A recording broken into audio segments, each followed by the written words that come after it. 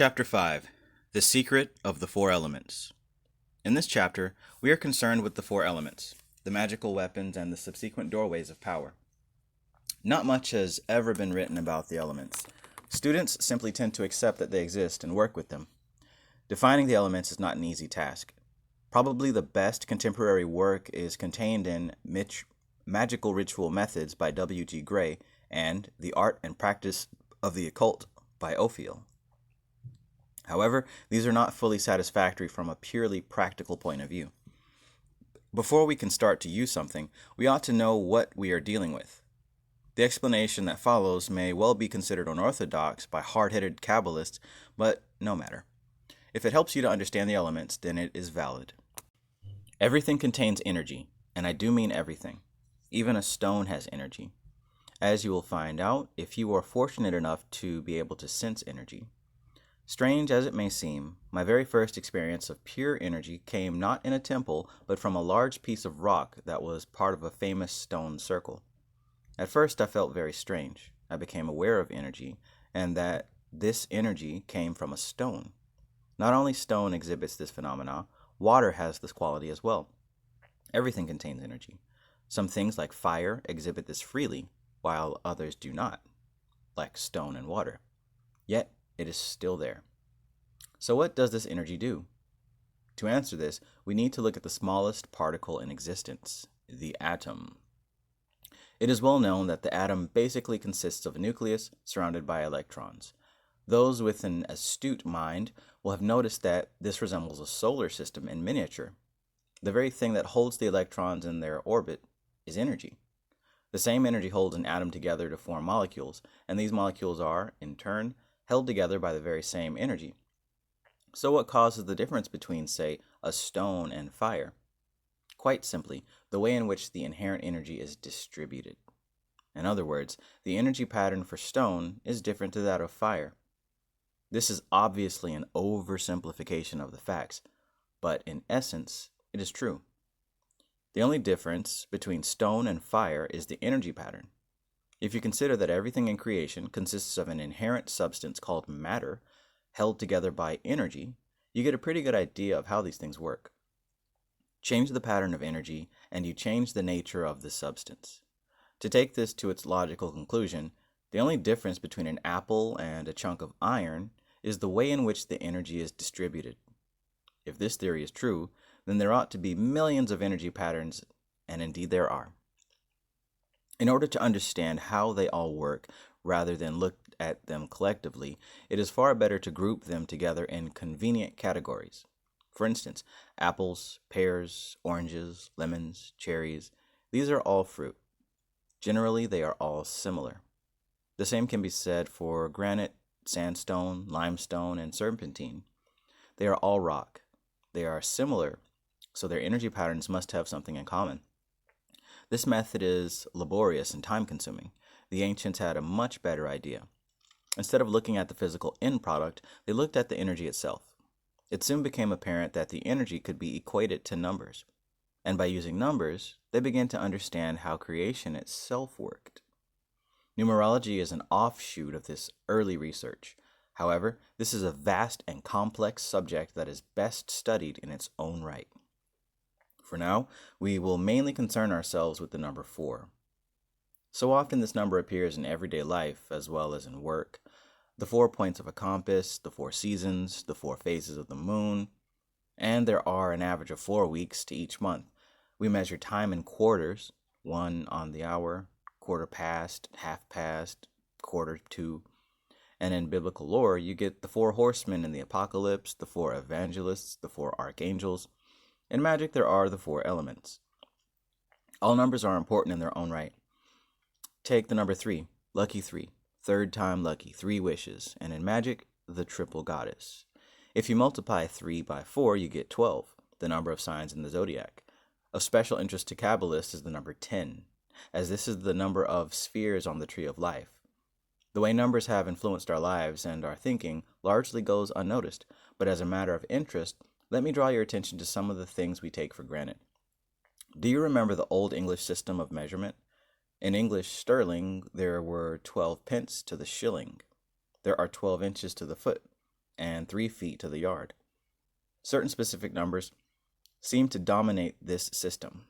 The number 2 represents duality, male and female, positive and negative, light and darkness, and so on. The numbers 3 and 4 have already been discussed.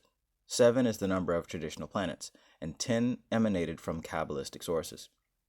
Have you ever wondered why there were 112 pounds in 100 weight? Look at the number in a different light.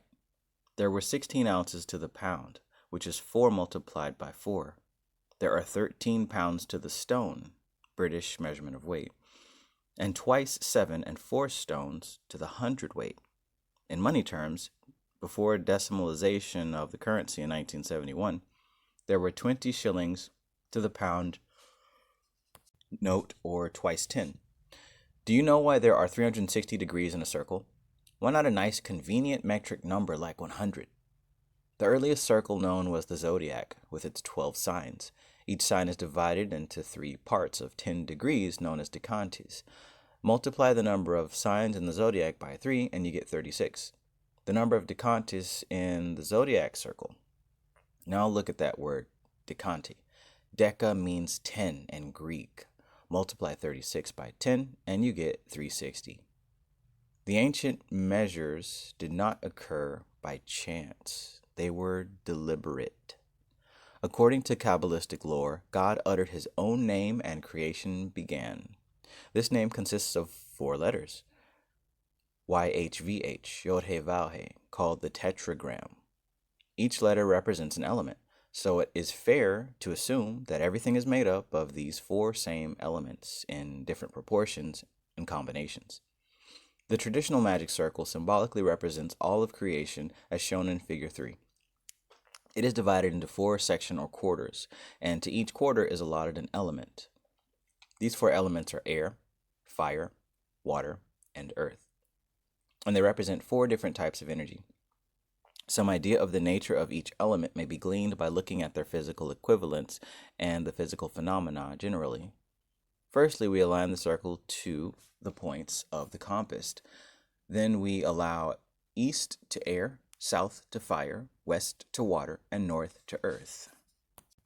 Using this as a base for looking at nature, let us take the most obvious phenomena like the path of the sun. We begin the day at dawn, so let this belong to east and air. Then we move to midday or noon. This then belongs to the south and fire. Next comes dusk. This belongs to the west and water. And finally, we have midnight, which is allotted to north and the element earth. If we were to use this magically, we would expect to find the element of air was in evidence between dawn and midday. Fire would predominate from midday to dusk, and so on. Note that the appropriate element would predominate during these periods. You cannot have one single element by itself. All 4 must exist at all times. But during their respective periods of dominance, the appropriate element would be far more noticeable than at other times. Let us have a look at the greater solar cycle, the 4 seasons. Spring belongs to air, summer to fire, autumn to water, and winter to earth. Can you see the similarity between the seasons and the elements? Take summer, for instance. This is a time for maximum heat and energy and is compatible with fire. Once again, we have a guide to when each element predominates. For magical work with the elements, this guide is quite useful. If you wish to make use of the element of water, the best time generally is from dusk to midnight, especially in autumn. This is a simple example of how the cosmic tides work, and, of course, how you can easily make use of them. There are numerous others. Take the lunar cycle of 28 days. The new moon belongs to air, the first quarter of fire, the full moon to water. You have all heard of the harvest moon. Bring this back to the magic circle, the full moon tied to the element of water. In autumn, which of course is the time of harvest, is called the harvest moon. By adopting the 4-fold system of the elements, you can learn a great deal about life and creation in general. The quarters can be used as points of reference or as filing cabinets for information, as you have just heard. Under West, we have autumn, evening, full moon. From this list, we can decide if we wish to work with the element of water. We use these time periods because the element of water is predominant. In this case, water is said to rule these periods. This is not strictly correct for reasons given before, but as long as we remember that rulership is a word of convenience, we shall not go astray. What else does water rule? Well, obviously, water itself in all its different forms.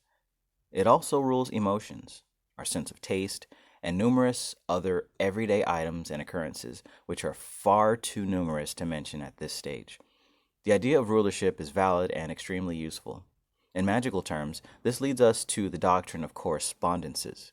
In short, everything is ruled by the planets, the signs, and the elements. You will find tables of correspondences printed in various magical books, but be warned, most of these are contradictory. The reason for this is simple. In most cases, these are personal lists adopted by individuals.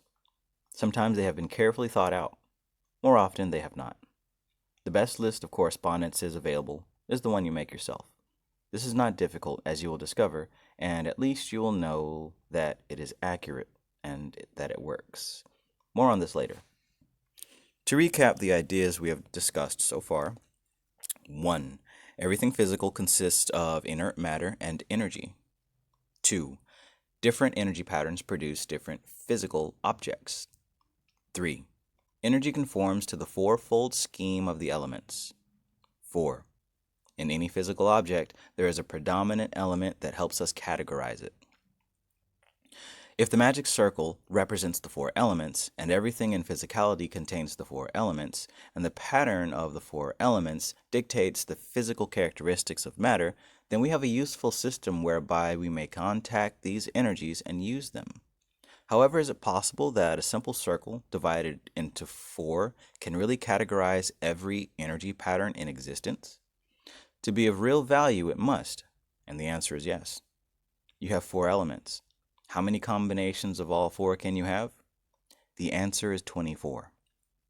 Now suppose you divided the element of air, for example, into 4 sub-elements, so that you get air of air, fire of air, water of air, and earth of air. Do this with the other 3, and we have a total of 16 sub-elements, 4 to each quarter. Now how many combinations does this give? The answer is 1,572,864. Take this one step further. In this day and age, we have 10 known planets, which for the purpose of magic includes the luminaries. Each of these rules specific energy patterns which are usable magically. This will be discussed later. But for now, simply imagine that you have 10 planets in each quarter for 4 different ways of looking at the 10 planets. If we recognize that the elements are present in everything, we must conclude that the planets themselves consist of 4 elements, so we allot 4 elements to each. This gives a total of 40 divisions per quarter, or a grand total of 160. Working out all the possible combinations, we get a staggering 61,440,000 different fourfold possibilities. More than enough to cope with every eventuality on this planet. The simple magic circle has now been developed into a vast system of creation. So far, so good. But how can we make use of this?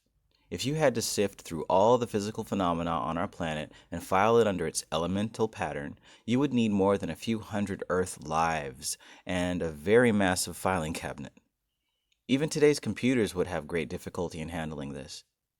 Anyway, can you think of 61,440,000 different things which could exist here and now? I certainly cannot, and I doubt if there is this many in existence. If you carry this argument to its logical conclusion, you can see that there are bound to be energy patterns that have not even been used to this date. So far, we have made an interesting excursion into the realms of symbolism and mathematics, but how does this help our magical work? Look at it this way. The magic circle of 4 elements and 10 planets is linked to every energy pattern in existence, albeit in a symbolic way. Now suppose we know the precise elemental combination of something physical, say a stone. If we can somehow tune into this combination, we ought to be able to tune into or influence the stone itself in some way. If you think that this is impossible, you are wrong. What about psychometry, where a person touches an object and can tell you where it has been, who owned it, and so on? This is tuning in. What about telekinesis, where people move objects using only the power of thought? This is exerting an influence in some way. These people have found the correct combination and, as a result, have discovered something that is classified as paranormal. I am here to tell you that this is not paranormal. It is perfectly normal. But we have forgotten how to do these things. The human mind can influence matter by tuning into and influencing the inherent energy pattern. There can be no doubt for this. The process is known as magic. However, when faced with some 61,440,000 possibilities, having to learn all these in addition to learning how to influence the patterns, you can be excused for giving up right now. A hefty computer would help if you had the time and expertise to work out the program. Fortunately, you do not have to go to all this trouble. The means is already at your disposal. It is quick, efficient, and costs nothing. This incredible computer knows every energy pattern that exists and will ever exist. It knows exactly the right combination for every object ever created so far. Not only this, if you give it an instruction to tune in or influence a physical object, it will do this without question, with 100% success. Have you guessed what it is? It's your subconscious mind. So, why is it we cannot do this right now? Some pointers to the riddle have already been given in previous chapters. You can compare the subconscious mind to a vast computer, an energy source. Every computer needs a program, or it is just a heap of components with electricity flowing through it. Your subconscious mind has such a program. It is called creation. Like any computer, access to the program is controlled so that only those who know the correct command or master key can gain such access. So it is with your subconscious mind. Belief is one such access. Anything that can be believed can be made fact. Belief, however, is not the complete answer. The subconscious mind will respond positively to various commands and then execute the program. Belief is one. Suggestion is another. Concentration helps, as does relaxation of the conscious mind. All these things aid access, but the correct procedure is to see and use the master key, which is the symbol of creativity, the encircled cross, and the four elements. The use of this symbol in your imagination will give immediate access to the subconscious mind. The rest is up to you. All magical equipment is used only to aid this inner contact. Eventually, it can be dispensed with. I have always maintained that magic is our natural birthright and that it is simple. Unfortunately, we often have to go through many complications to get to this simplicity. We live in a complicated world. By now, we should have swept away many of these restrictions. From now on, your magical work should be simple. You will not need lots of equipment, scores of books, or hundreds of notes and rituals. You can make it as complicated as you like later on. For quite often, the mind delights in the complexities of creation. This is quite valid, but only if you have found simplicity first. Now let us look again at the magic circle in the light of understanding and common sense.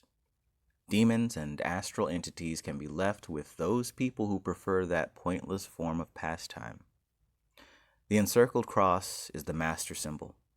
The more you work with and familiarize yourself with it, the easier it will be to use this to unlock the door to your subconscious power. The true magic circle exists in your mind. Any physical representation of this or the quarters can only ever be an aid to concentration and the focusing of the mind on this symbol. Let us now familiarize ourselves with the master key. See figure 4. Symbolically, the circle contains all creation. Within it, all is possible. You, as an individual, stand inside this circle. You can move everywhere and anywhere you like, and you are free to create whatever you wish. The area covered by the circle can be as small as your temple, or it can contain the entire universe. At each of the 4 cardinal points are the focal points for the 4 elements. At east you have air, at south you have fire, at west you have water, and at north you have the element earth. In order to control the elements, you need another symbol, one that your subconscious mind recognizes. Traditionally, these are the 4 weapons. For air, you have the sword. For fire, the spear, wand, or rod. For water, the cup or chalice. And for earth, the shield. You need not, at this stage, purchase or make physical representations of the weapons. At the moment, it is far more important to understand them. There is a certain amount of controversy over the placing of the sword and the rod. Some people put the sword to fire and the rod to air. This shows a complete lack of in-depth thinking.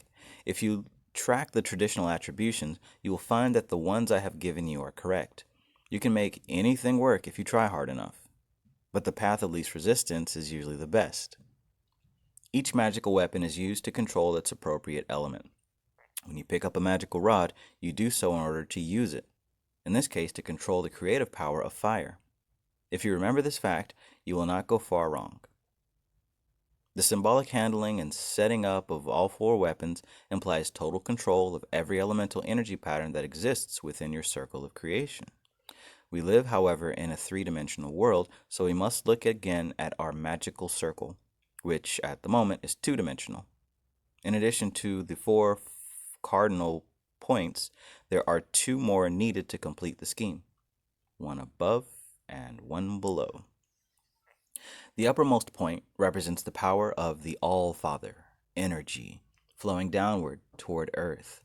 It could be likened to manna from heaven, and we always refer to God as being up there in heaven. The point below belongs to the opposite number, our Earth Mother, matter. She grows upward and responds. To make this three-dimensional magic circle, we have to turn it into an inner temple. This is done quite easily and forms the basis for a useful ritual. You can do this anytime you wish, and in fact, you should practice this often. The rewards are proportional to effort, so do become familiar with these procedures. The completed magical circle, which consists of the encircled cross of creation, the four pentagrams, the four magical weapons, and, of course, the four cardinal points with the source of bright light in the center. This should be practiced as it is the ideal way in which to start a ritual or meditation because it alerts your subconscious mind. By erecting this symbol in your mind, you are giving the master cipher to your subconscious mind. Gradually, you will learn how to give commands that will inevitably result in power being released for whatever purpose you desire. For those who like to meditate on or contemplate such things, here are a few interesting lines to follow. The magical circle and pentagrams are a perfect scheme of creation, and their geometry will reveal much to those who decide to research in this way. From top to bottom, you have the creative potential of Father, Mother, the birth cycle, and the mysteries of the child of light. Around this pivot are the elements whose combinations spell names of power. As you learn to speak these names, you are able to create. The real names of power are not earth names and words, they are patterns of energy. It is not the words and actions that matter, but always the inner work which produces power. Such inner work is done simply in the imagination. For instance, you could say Matthew, Mark, Luke, and John, while inwardly performing this ritual by erecting the magical circle and the four pentagrams, one for each word. Words are quite useful, especially if you're working with other people, but you can manage without them. You now have a magic circle which, with practice, can be erected very quickly. As your subconscious begins to recognize this, it will become more and more effective. Gradually, we will build up a complete magical system with it, a system that is completely yours. Inside this magical circle, we will build up a temple, an astral temple, and use this to good effect. Always remember that the outer physical temple and its equipment are only there to help you concentrate. The outer temple is a place where you can shut out the distractions of the outside world while you go back in. If you have such a place, well and good. But if not, it does not really matter. Anywhere quiet will do. It is the inner temple that really matters, and you carry this around in your head. Preparing for magical work. Here is the second stage of the exercise to expand your awareness of this magical circle and build up the magical temple ready for magical work. Following is a complete and very effective ritual. You will need to practice this procedure for a day or so that you can perform it fluently. The words and ideas are my suggestion to you. You may use them, you may elaborate on them, or you may change them to suit yourself. You need not speak out loud. You can say all the words in your mind. Before you start any ritual, be methodical. Plan out the ritual and have your intention clearly in your mind. Here's a checklist of the things you may wish or need to use. 1. Organize some relaxation or soft music and a cassette recorder on which to play this. 2. Know the inner temple exercise fluently. 3. Have your central white candle or lamp already in position. 4. Have some means of lighting the candle, such as a match or a taper. 5. Have joss sticks or general incense with a charcoal block and something to burn this in. 6. Have a robe if you feel that you need one. 7. The all-important intention is the most important preparation. I suggest that you make the intention the acquisition of your own personal power. Set an appointed time when you will not be disturbed and lay out the temple area ready for use. Put on your robe or in some way attire yourself ready for work. Using the procedure already given, switch on to your relaxing music or soft music and allow yourself to relax and let go of all outside thoughts. On completion, change the music if you wish. Spend a little time contemplating your God and your inherent power. When you are ready to move to your central candle, facing east, say clearly, "Behold my inner light rising into recognition, illuminating all darkness." See the light shining before you. Then say, "I am immortal. I have power. I create according to my will." See the light transferring to your central candle, then light the candle. Now you may touch your forehead. Touch your lower breast, then touch your right shoulder, and then your left shoulder. Circle your hand in front of this area to join up the arms of the cross. Clasp your fingers and hands together on the breast as if in prayer. You can, if you like, draw this in front of you with your forefinger and say, "Behold, this outer representation of my inner power.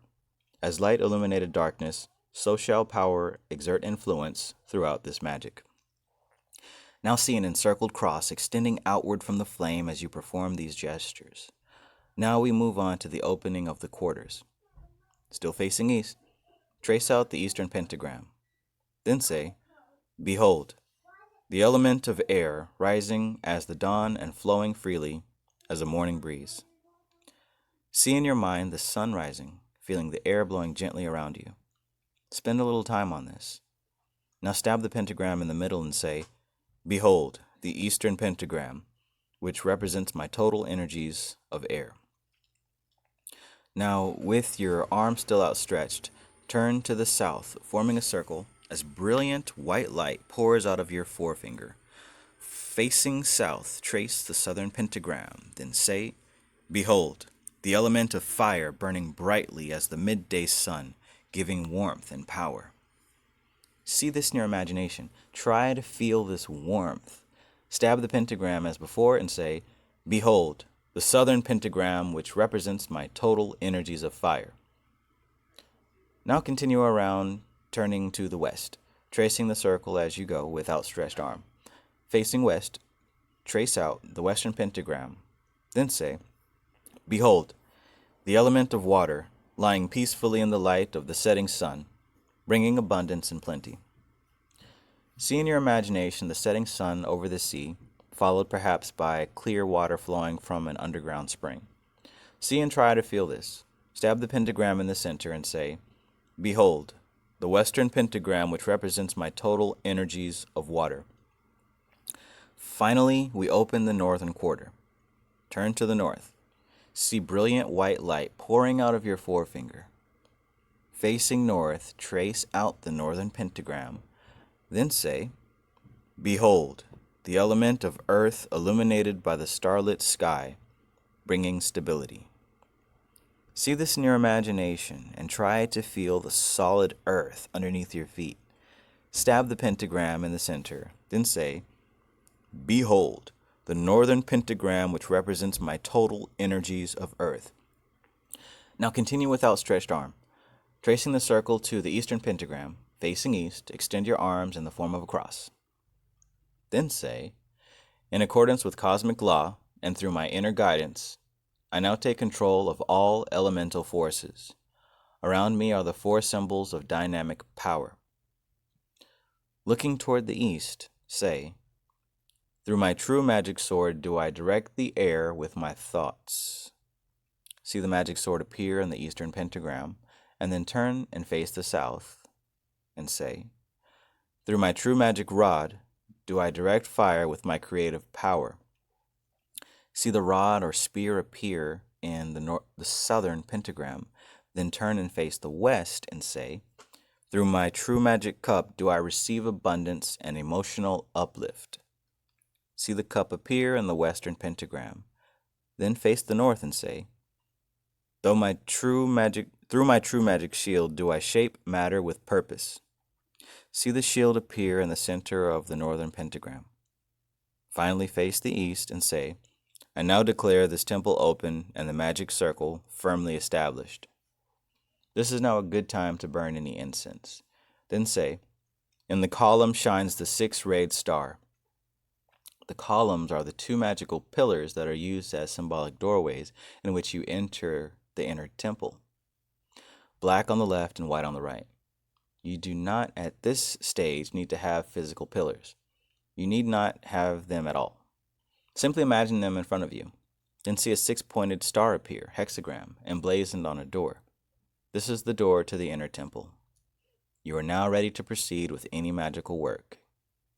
You may, if you like, state the purpose of the ritual. This helps to refresh the memory.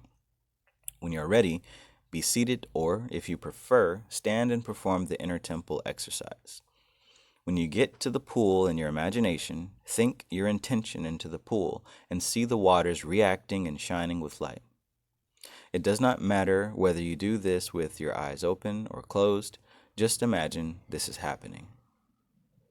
Do not do this and hope something may happen. Do not wish that it may come true. This is the wrong way to do things. Refresh your memory. I have power. I have creative power. You can create anything that you wish. Doubt and half-heartedness reduce the impact. Have nothing to do with these things. Put complete trust in your hidden power into the pool. This ritual will produce results. It cannot fail unless you do not want success. Before you start, fill your mind with positive thoughts.